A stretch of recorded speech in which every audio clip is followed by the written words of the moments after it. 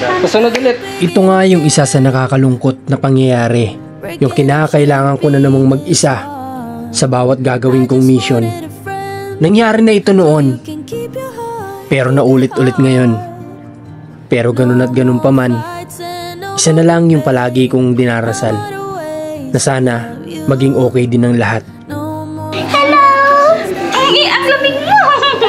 At sa munting tahanan, sabi nga nila kapag may aalis, ay matik yan, meron din namang papalit.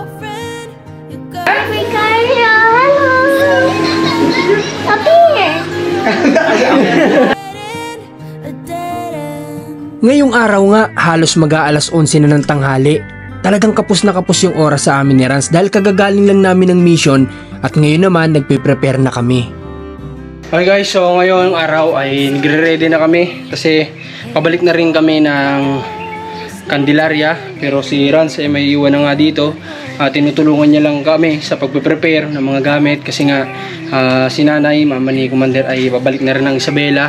Kasi nga ngayong panahon na ito ay araw na ng anihan ng kanilang mga mais. So kinakailangan din si nanay.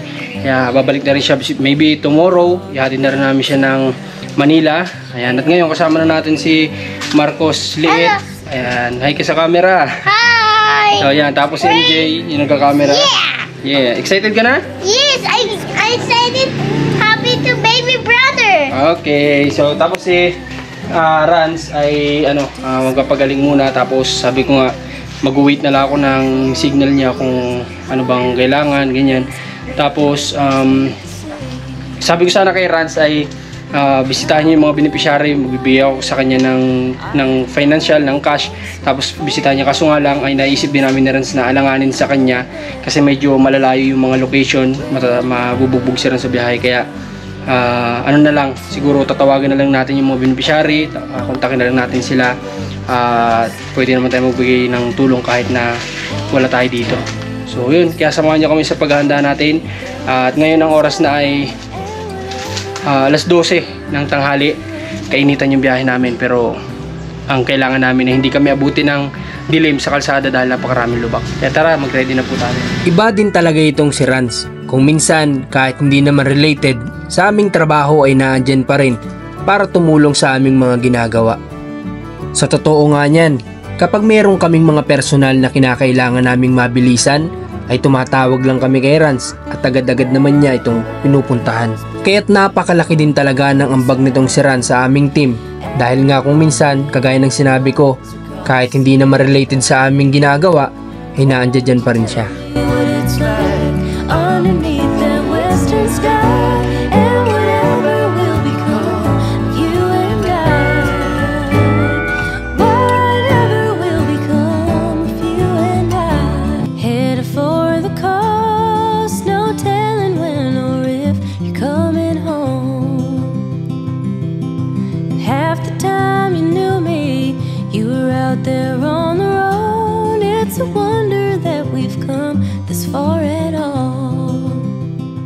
Guys, ready na lahat ng gamit namin, nandito na sa taas, tapos nandun na rin sa loob. Kasama na rin namin yung isang asong natitira dito kasi baka ibenta na namin pagdatingin ng Candelaria kasi nga medyo maingay sila. Kapag umuwi si Cairo dito ay magugulatin yung bata, maiingayan. So ayan, ready naman na kami.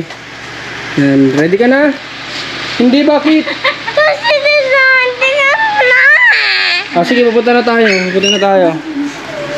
Huwag ka naiyak, ba't ka umiiyak? Ba't ka umiiyak? Ha? Ba't ka umiiyak? Gusto mo na sasakay sa loob? Tara na, sakay na sa loob. Dali, punta ka na sa kabila. Dali, lakad na. Yan lang pala iniiyakan mo. Yan lang pala iniiyakan mo. Okay, so yan. Paano Rans? Message ka na lang. Ano? Pasunod ulit. I can feel there is somebody here. O sige, basta kung anong kailangan, message ka lang kung may iya, ha? Sige. So, maiwan naman na si Rans. Sana gumaling ka agad si Rans ng mabilis. At kailangan ko talaga si Rans doon. Wala akong kasama. Hindi ko alam kung paano mag-vlog na mag-isa ulit. Kaya asahan ko na makarecover agad si Rans. Sa message, kontak-kontak lang, Okay. Salamat kay Rans sa pagtulong ulit sa atin ngayon. At panoorin niyo yung mga vlog ni Rans na gagawin dito sa kanyang ano, para tulong natin sa kanya. Ito lang, hindi mo makabuhat. Hindi nga lang siya makabuhat, pero ayos lang yun. At least hindi ko naman yung magagawa kung ako lang mag-isa. O yan yung mga bagay na kailangan ka. Hindi ko kayang gawin pag magsolo lang ako yung mga bagay na mga ganyan. Di baling ako magbuhat basta nandun ka. Ano? Naghahawak. Okay, panoorin yung mga magiging vlogs ni Rans. Guys, panoorin nyo guys para tulong natin kay Rans para magkaroon din siya ng revenue na magagamit niya para sa healing process niya, di ba? Kasi kailangan talaga dyan pera palagi, di ba? So, yun. Tsaka, pag may mga gusto mag-abot sa kay Rans ng blessing na gusto nyo, gift nyo kay Rans, mag-message kayo sa kanya, Rans TV. Rans TV ba yung ano mo? O, sa Rans TV, sa akin pwede din, tapos kontakin ko si Rans, tapos kontakin nyo na lang din. Hindi, gawa natin ng video na may paabot natin. Panoorin nyo na yung paggawa ko ng walis. Magagawa mo na ng walis, okay. At yun lang yung maganda na pwede natin gawin. Pero kung may mga iba pang pagtitingin din ako ibang pwedeng gawin pagkakitaan dito kasi hindi tayo pwede mawalang pagkakitaan kasi alam nyo naman, pinag-aaral tayo. Pinag-aaral kasi si Rans na last naman na yan, di ba? Last na yan. Kaya nga din si Rans, yung sinasahod niya sa atin, halos doon talaga napupunta sa pagpapaaral niya. Kasi nga, kumbaga pinapriority niya na muna to. At pag natapos naman na to, last na para sa sarili namin niya. 2 years na lang naman. Kasi sa totoo lang, binata si Rans, kahit paano, dapat si Rans ay yung para sa sarili naman niya kumbaga may mga nabi na provide siya sa sarili niya. Kaso nga lang, talagang lahat ng sinasahod niya sa YouTube, sa atin, punta lahat doon, sa family talaga. Kaya yun, abangan nyo na lang yung mga magiging video ni Rans. Nakikita sa walis. Sama mo si Nanay Isin doon. Okay, punta na rin tayo. Baka ko bang pagbuhatin nun? Ha? Baka ko bang pagbuhatin?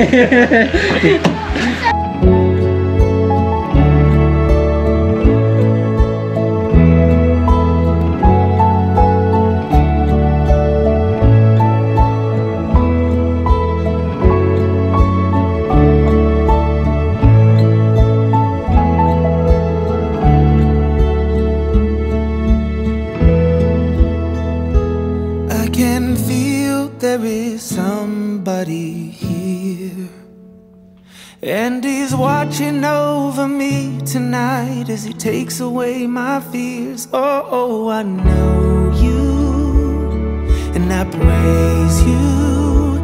Got my arms open for your love. Oh, I want to be near you. I hear angels from above.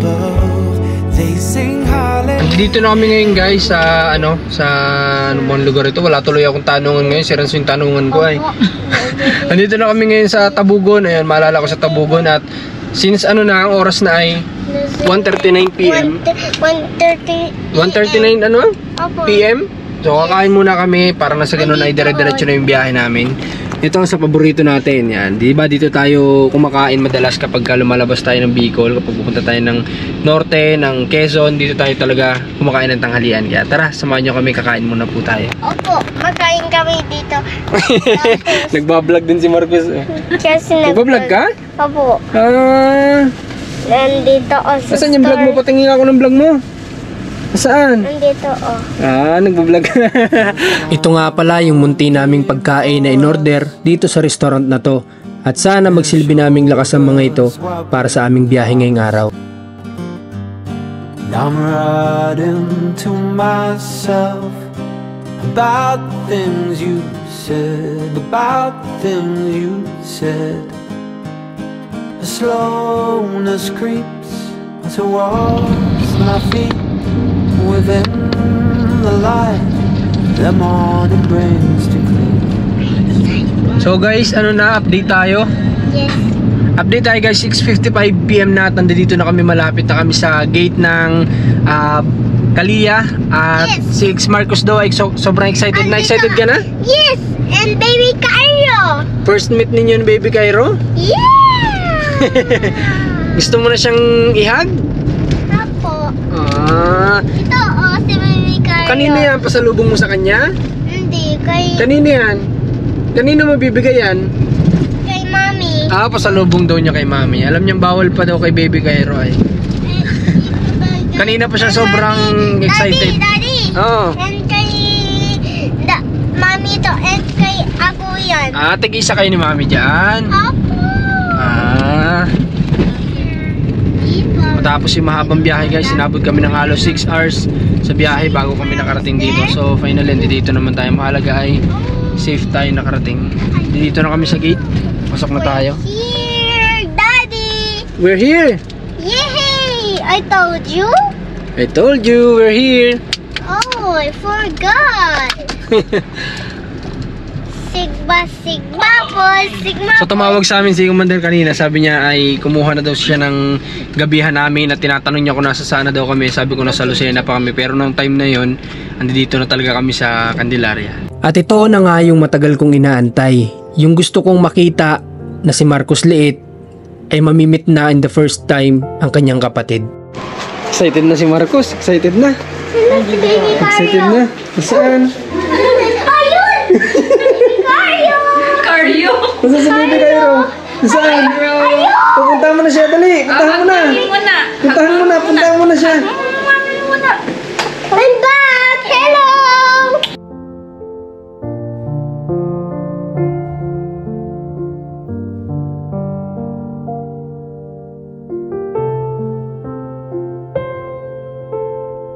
Thank you. Oh, punta ka na kay Cairo. Punta ka na. Cardio. Kiss mo na siya. Be careful, ah. Hi, Cardio. Hello. Up here. Oh, kiss na, kiss na. Kiss mo na siya, dali. Dito ka, dito. Careful, ah. Ang lamig niya, Pete. Nakatutok sa aircon niya. Dali. Stop mo muna ito, stop. Kiss mo na siya. Kiss na. Kiss mo na.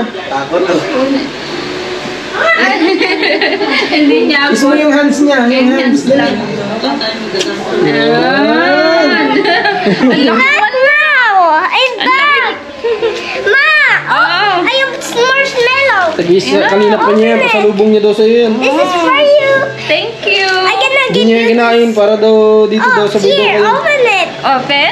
Yeah. Okay, thank you. Ang laki mo na, anak. Ay, nagtaba ka lalo. Nagtaba ka lalo, bibi. Wow. Hindi ka pa sabay doon kay nanay?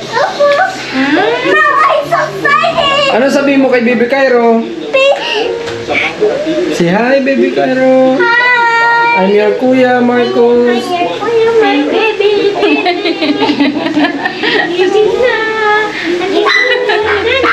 Kasi mangot na.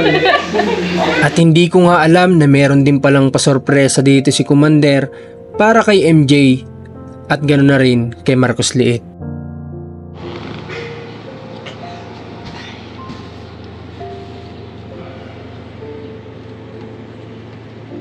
Good morning guys. Yes. Kagising lang namin. Ito gising na ang mga anak. Ay, dito si Baby Cario. Sabi mo sa kanya, good morning. Good morning, Cario. Good morning. Nag-move yung hand na. It's moving. Moving yung hands niya.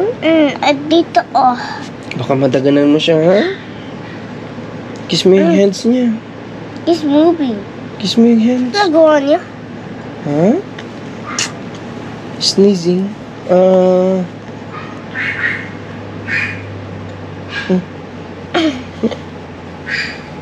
What's that? What did you call that? Coughing. No. Sneeze. No. Hiccups. Hiccups. That's what is baby brother's hiccups. Huwag mo siya kikis sa face, ha? Kasi may ubo ka, ha? Mahahawa mo siya. Sa hands ka lang magkikis, ha? Okay po?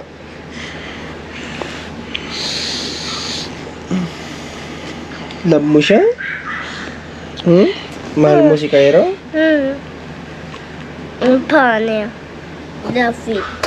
Okay guys, so ngayon Dito na si sobrang nakapanibago kasi wala si Rans. So kailangan natin mag-adjust at mamaya pupunta tayo ng market. Samahan natin yung mga parents natin. Kasi guys, gusto kong makita kung magiging masaya sila kapag namalingka sila dito kasi mura nga ng mga bilihin dito. So yun lang naman ang gusto ko, mapasaya yung pamilya. Kaya samahan nyo kami. Guys, papunta na kami ngayon ng palengke at si Commander ay naiwan lang doon. Siyempre hindi pa pwede kasi ma-expose si Cairo sa mga tao. Kagaya nung nakaraan pumunta kami ng SM excuse me po. Pumunta kami ng SM Lucena ay medyo nalamigan yata si Cairo kaya hindi pa talaga pwede, no? Kaya kami lang muna. Ayan, sila nanay, si mama, si Mac, si Kian. Siyempre hindi magpapaiwan. Ayoko iwan kasi wala na ako sama ni Daddy. Wala na ako. Gusto mo kasama ka lang lagi? Okay. Baby brother may sama ni Mama. Si baby brother kasama lang ni Mama. Tapos ikaw kasama ka ni Daddy. Okay. So kita tayo doon guys sa palengke ng Candelaria at makikita natin yung mga presyo kapag ganitong oras. Hindi ko lang alam kung mas mura yata pag hapon Siyempre kapag sa pamilihan mas nagmumura pag hapon. So kasi kaya nga lang napagpilian na lahat yun. So maganda mamili maaga. So titingnan natin kung ano yung pinagkaiba ng presyo ng hapon at umaga.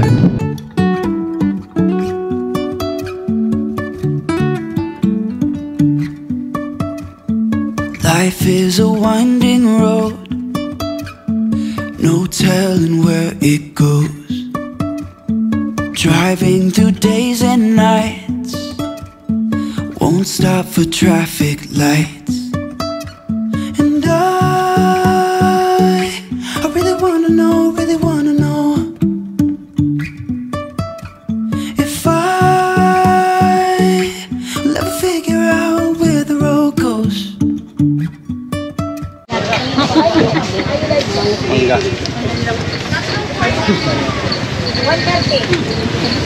Magkano ulit kilo tayo?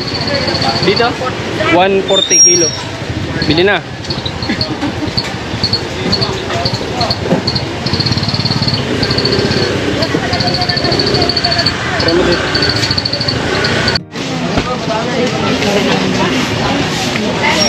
Kuha na na patani.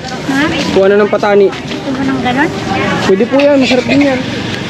Marcos, dito ka, baka mawala ka. Kuha ng patani.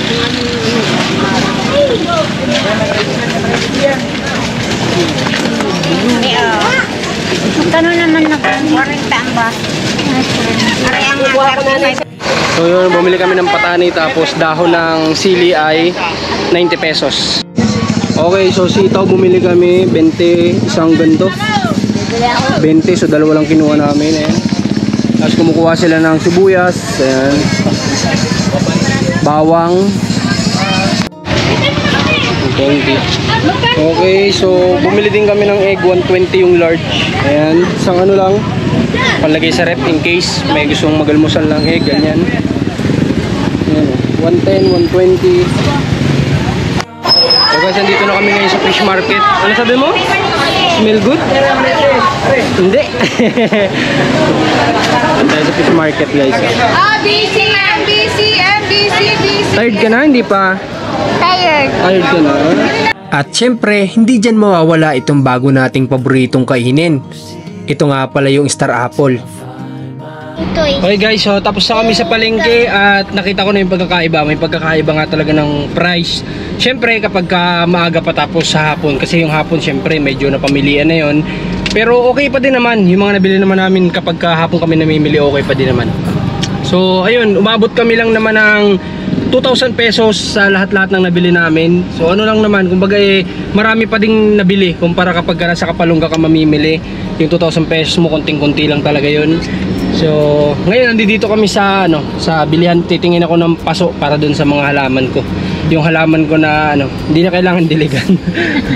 Daddy, iba lang toys. Opo anak, opo. Wala, hindi ka basa. Alright guys, so medyo madilim na at hapon na. Nagpahinga lang kami kanina kasi may mga ginawa kami. Nakita ko naman na masaya yung mga parents namin. Kasi babaw na lang kasiyahan kasi ng mga parents, ng mga ganyan na alam mo yun, na mabili nila yung mga gusto nilang pagkain like gulay. Ayan. So natutuwa din ako kasi dati-rati gumagastos kami ng worth 5,000 pesos, 6,000 pesos sa pagkain na hindi naman talaga masusustansya. Na ngayon gumagastos lang kami ng 2,000 pesos, imagine, at alam naming masustansya yung kakainin namin, na mahaba yung buhay namin.